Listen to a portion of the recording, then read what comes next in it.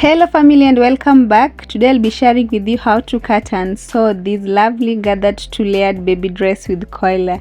Kindly don't forget to subscribe if it's your first time here. Also like and leave a comment. And here are the materials I'll be using: a long hidden zipper and one of the fabrics which is stretchy for the bodice part.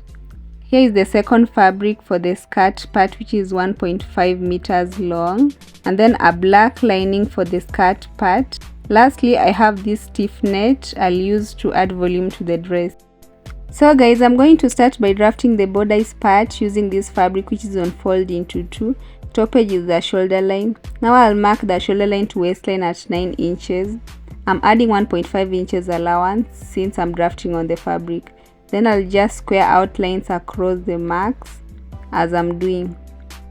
Having finished that, I want to draw the neckline, whereby I'm using 2 inches neck width by 2 inches neck depth. And with that, I'm now going to use a French curve ruler to draw the neckline as I'm doing. Next, I'm measuring half the shoulder measurement on shoulder line. I'll measure another 0.5 inches down for shoulder slope. Then I'll draw a line from the neck width to the mark. Now that's the shoulder slope line. From shoulder slope, I'll measure the armhole depth, which is achieved by using the formula on the screen. I got mine to be 5 inches. I'll mark it there and then draw another line across indicating chest line. So guys, now I'll carry forward half the shoulder measurement to chest line. Then I'll draw with the ruler a vertical line joining the marks. From there, measuring quarter bar circumference on chest line, and I'll mark 2. Again, find armhole depth midpoint.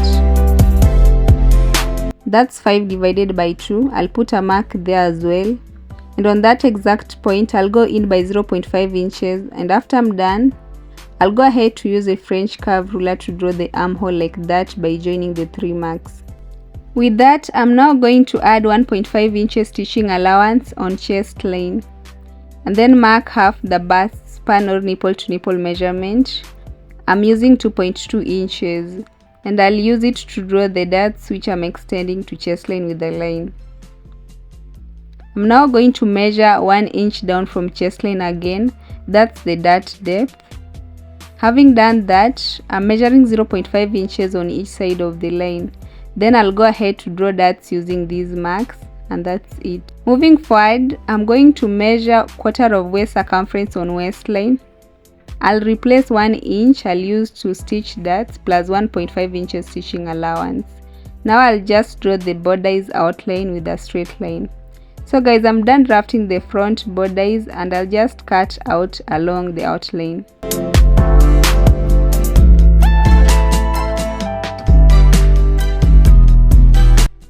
Next step is drafting back part bodice using this other fabric, and I'll have to draw a line about 1.5 inches from side edge, which is zipper allowance.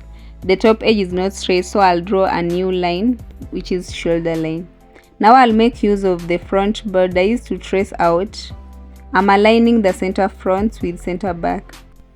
After achieving an alignment, what I'll do is measure 1 inch neck depth down, then we'll draw back neckline in that manner.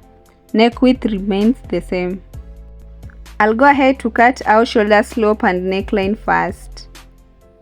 After I'm done cutting, I'm now going to draw new back armhole curve, since the back armhole shouldn't curve inwards as the front. And again, I'll continue cutting out. Guys, I'm done cutting. I want to notch darts and on center front and back too. I'm on to the next thing, which is tracing out front lining I'll use to stitch the armhole because it's a sleeveless dress.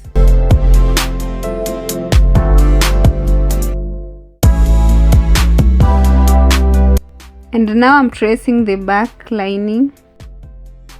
This is one of the back pieces with its lining, and I'll use 0.5 inches while stitching the collar and another 0.5 inches on armholes. So what I'll have left is 2 inches for sleeve. For a baby, that's okay. Now I'll be stitching around the armholes with 0.5 inches, the same with the front parts. So guys, I'm done joining armholes. Here is the front. I did the same also for the back pieces, but this time I stitch on the side edges, as you can see.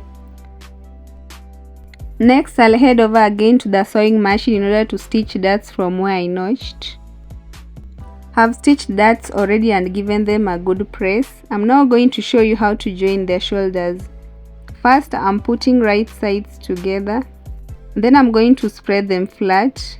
The shoulder joints have to align. And with that, I'll stitch with 0.5 inches on both sides.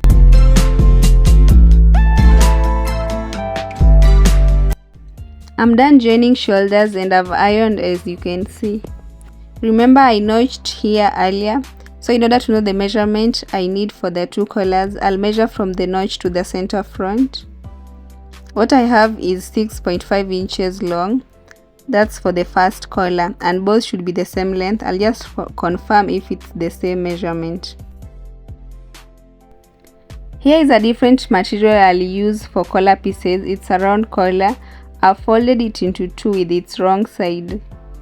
Now I'll divide 6.5 by 2, that's 3.2 inches. Then I'll measure that 3.2 inches from the fold.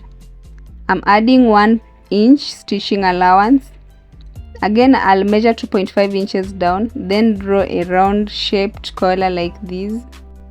And after I'm done, I'll cut out. So guys, I need 4 pieces of the same. 2 are linings. With me here are 4 collar pieces I'm going to stitch with their linings, then to the necklines. I'm done stitching collars or neckline from inside. Before I turn it inside out, I'll notch all round. And after I'm done, I'll just turn it to the right side.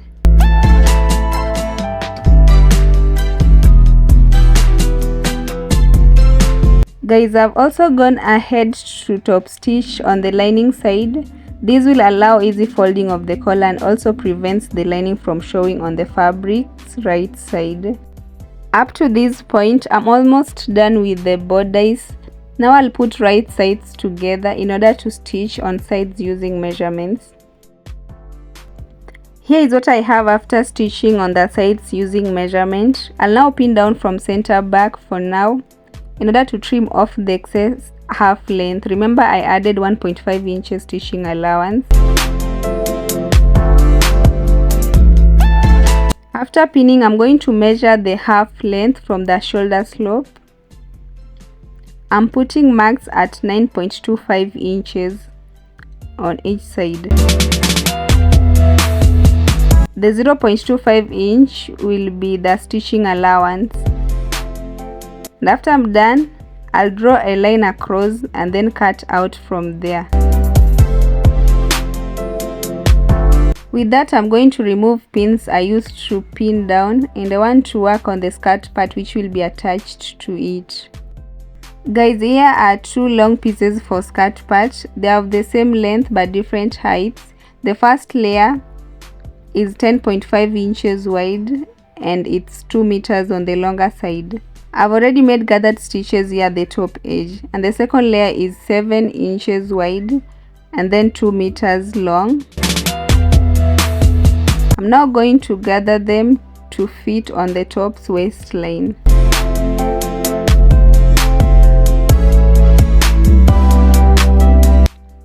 I'm done making gathers on both sides, so now I'm going to stitch the first layer to the second at the very top all round.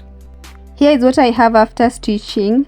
I made this long iron piece which I'll use to stitch on the bottom edges all round for both.